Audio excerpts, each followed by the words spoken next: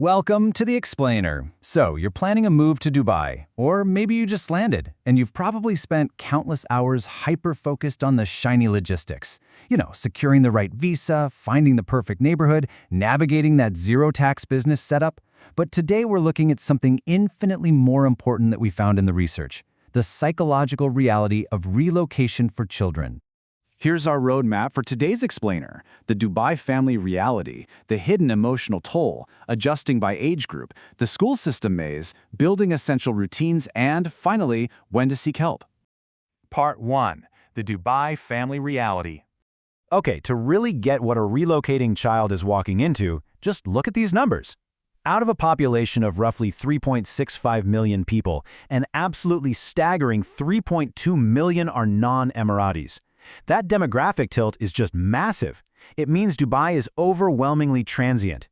When kids move here, they aren't just adjusting to a new house. They're dropping into a city where their new friends are also inevitably gonna leave at some point. That kind of attachment disruption is literally woven into the fabric of the city. Now, there's no denying the physical dream that draws us here, right? We're talking incredible safety, zero personal income tax, and those absolutely stunning villa communities. But look, this lifestyle comes with some heavy logistical costs. Securing a spot in a top-tier international school can run you anywhere from 40,000 to 100,000 dirhams per child every single year.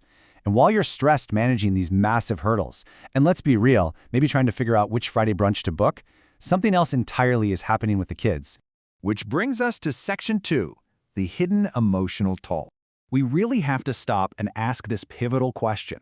What is actually happening inside the minds of the children who move here? Think about it. As adults, we choose to relocate. We usually have a professional motivation anchoring that choice, like a promotion, a tax benefit, or launching a new business. But kids, they don't choose. Their entire social world, their best friends, their favorite teachers, it's all erased overnight, and totally without their consent. For them, this isn't some exciting career move. It's forced attachment disruption.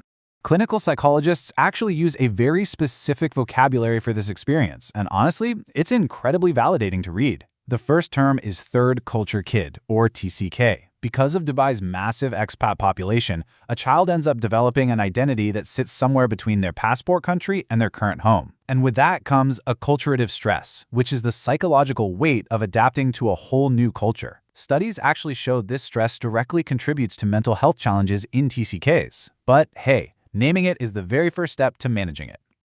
Moving on to Section 3. Adjusting by age group. Let's start with the little ones, ages 2 to 5. Now, very young children simply don't have the vocabulary to sit you down and say, hey, I'm feeling overwhelmed by acculturative stress, right? So their bodies and behaviors do the talking for them instead. You might start seeing sudden sleep disruptions, maybe some super clingy behavior, or really frustrating regressions, like a fully potty-trained child suddenly having accidents again. Listen, this is not misbehavior, it's a stress response. What the research shows they desperately need right now is a calm, predictable parent to provide what's called co-regulation. Basically, you're signaling to their nervous system that this strange new environment is in fact safe. The contrast as kids get older is pretty fascinating. For primary schoolers, say ages 6 to 11, the grief is very visible. They're right in that stage of consolidating friendships, so you'll likely see acute tearfulness completely mixed with oscillating excitement about their new home. But adolescents, ages 12 to 18, totally different story. They're smack in the middle of identity formation, so instead of acting out, they tend to internalize. They go quiet. They might dismiss the move entirely, withdraw socially, or show noticeable changes in sleep and appetite. It's so easy to miss because they aren't visibly crying, but make no mistake, that identity disruption is profound. All right, Section 4, the school system maze. Over 20. That's the number of different private school curricula currently operating in Dubai. We're talking British, American, International Baccalaureate, French, Indian, the whole shebang. So why does this matter? Well, because a child moving to Dubai might not just be dealing with the heartache of losing their friends, they might be thrown into a fundamentally different, incredibly high-pressure academic framework right in the middle of the school year. Suddenly, they're navigating completely new assessment methods and a totally foreign academic vocabulary. It's a massive cognitive load stacked right on top of all that social stress. Section 5. Building essential routines.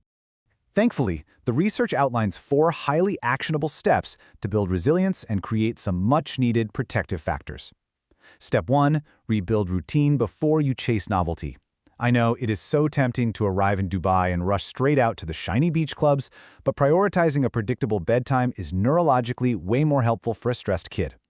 Step 2 is naming the hard parts. Step 3. Facilitate low-pressure connection. Don't try to force a whole new friend group right out of the gate. Just aim for one simple playdate or a familiar sport. And Step 4. Stay connected to the past via video calls. This helps make the transition feel like a new chapter rather than a sudden amputation. I want to circle back to Step 2 for a second, naming the hard parts. Clinical psychologists from the Kaya World Clinic highly recommend using this exact script with your kids. I know you miss your friends. That is a real loss, and it makes sense that it hurts. The literature notes that if we, as adults, act like the move is 100% positive and missing home just isn't allowed, kids learn to suppress their grief really quickly. Naming the pain explicitly, that gives them the literal permission they need to actually begin processing it. And finally, Section 6. When to seek help. Okay, this timeline maps out the normal adjustment window, which is super helpful to see. During weeks 2 through 4, expect a messy mix of novelty and maybe some mild reluctance to go to the new school. Totally normal. By weeks 6 to 8, that acute normal grief should start to meaningfully resolve, and any of those behavioral regressions we talked about should start fading. But if you hit week 10 and beyond, and you're still seeing persistent distress, a complete inability to name even a single new friend, or an absolute dread of Monday mornings, well, that's when the window of natural adjustment has closed, and it's time to take action. The clinic is actually very specific about clinical red flags. For instance, if school refusal persists for more than 4 weeks, especially if it comes with physical symptoms like stomach aches on school mornings, that absolutely needs your attention. Also, keep a close eye out for severe regressions in older kids, expressed hopelessness lasting more than 2 weeks, or a sudden, sustained drop in their grades. The data heavily emphasizes that early, evidence-based intervention is incredibly effective here. Seriously, booking a brief consultation isn't a failure, it's just getting an informed perspective when you need it most. But look, the research leaves us on a really reassuring note here. Yes, the logistics of a Dubai move are massive, and the emotional toll on children is very real. We can't ignore that. But the data is crystal clear. Parental emotional availability and the early establishment of predictable routines substantially buffer those risks. These third culture kids, they are incredibly resilient when they're given the right foundational support. Which brings us to our final thought for this explainer. As your family unpacks those endless boxes and starts building a brand new life in Dubai, ask yourself, are you prioritizing shared, predictable, quiet routines over those shiny new distractions? Because honestly, it's that boring, everyday consistency that will truly make Dubai feel like home for your child. Thank you so much for joining me today, and I really hope this helps you build a grounded, thriving life in your new city.